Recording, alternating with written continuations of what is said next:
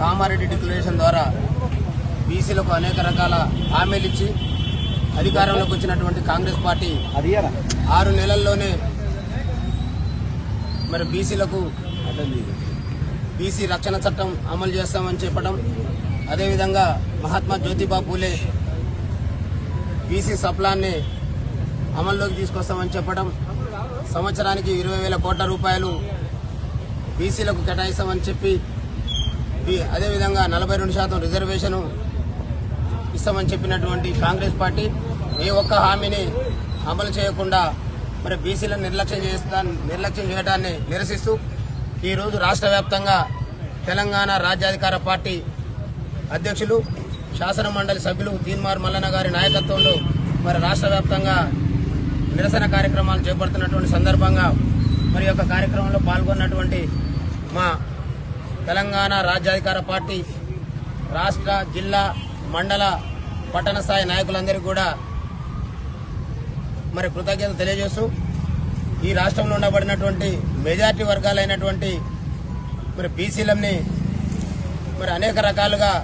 మోసగిస్తున్నటువంటి ప్రభుత్వ వైఖరి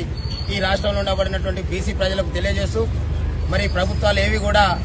బీసీల అభ్యున్నతి కోసం పనిచేసేటటువంటి ప్రభుత్వాలు కాదు.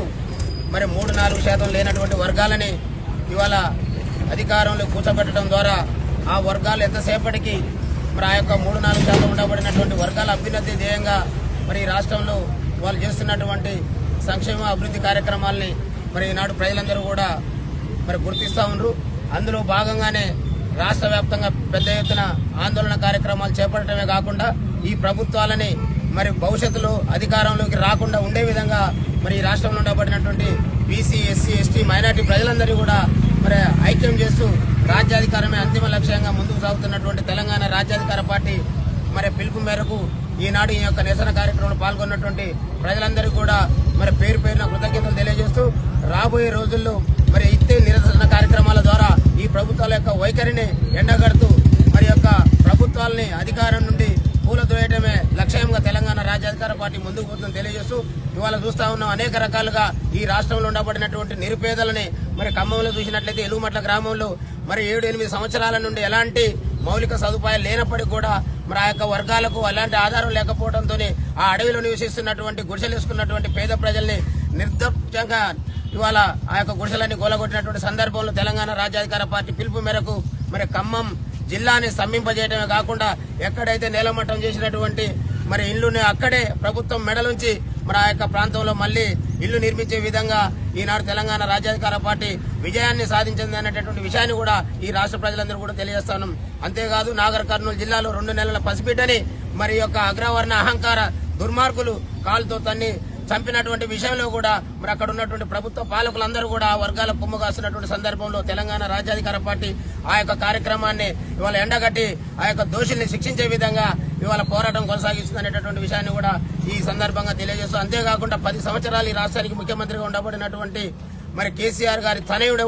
మరి ప్రాతినిధ్యం వహిస్తున్నటువంటి సిరిసిల్ల జిల్లాలో మరి 12-13 గ్రామాలు మరి 1 కిలోమీటర్ కాలువ కోసం అర్రులు చేస్తున్నటువంటి సందర్భంలో మరి అలాంటి ఆ యొక్క రైతాంగం చేస్తున్నటువంటి ధర్నా కార్యక్రమానికి తీన్మార్ మల్లన్న గారు మద్దతు తెలపడమే కాకుండా అక్కడ నుండి మరి ప్రిన్సిపల్ సెక్రటరీ గారికి అదేవిధంగా శాఖ మంత్రి గారికి మాట్లాడి ఆ యొక్క కిలోమీటర్ని కాలువని వెంటనే మంజూరు చేసి పనులు ప్రారంభించినటువంటి విషయాన్ని కూడా ఈ సందర్భంగా ఈ యొక్క ప్రజలందరూ కూడా తెలియజేస్తూ ఈ రాష్ట్రంలో ఉండబడినటువంటి ఈ ప్రభుత్వాలు, ఈ ప్రతిపక్ష పార్టీలు ఏవి కూడా ఈ బీసీ వర్గాల కోసం పనిచేసేటటువంటి పార్టీలు కావు. మరి మన కోసం, మన జాతుల అభివృద్ధి కోసం మరి పుట్టినటువంటి పార్టీ తెలంగాణ రాజ్యాధికార పార్టీ. తెలంగాణ రాజ్యాధికార పార్టీ అధికారంలోకి వస్తే తప్ప ఈ బీసీ వర్గాల బతుకులు మారవనేటటువంటి వాస్తవాన్ని గ్రహించాల్సిందిగా విజ్ఞప్తి చేస్తూ ఈ నిరసన కార్యక్రమంలో పాల్గొన్నటువంటి మిత్రులందరూ కూడా ధన్యవాదాలు తెలియజేస్తున్నాం.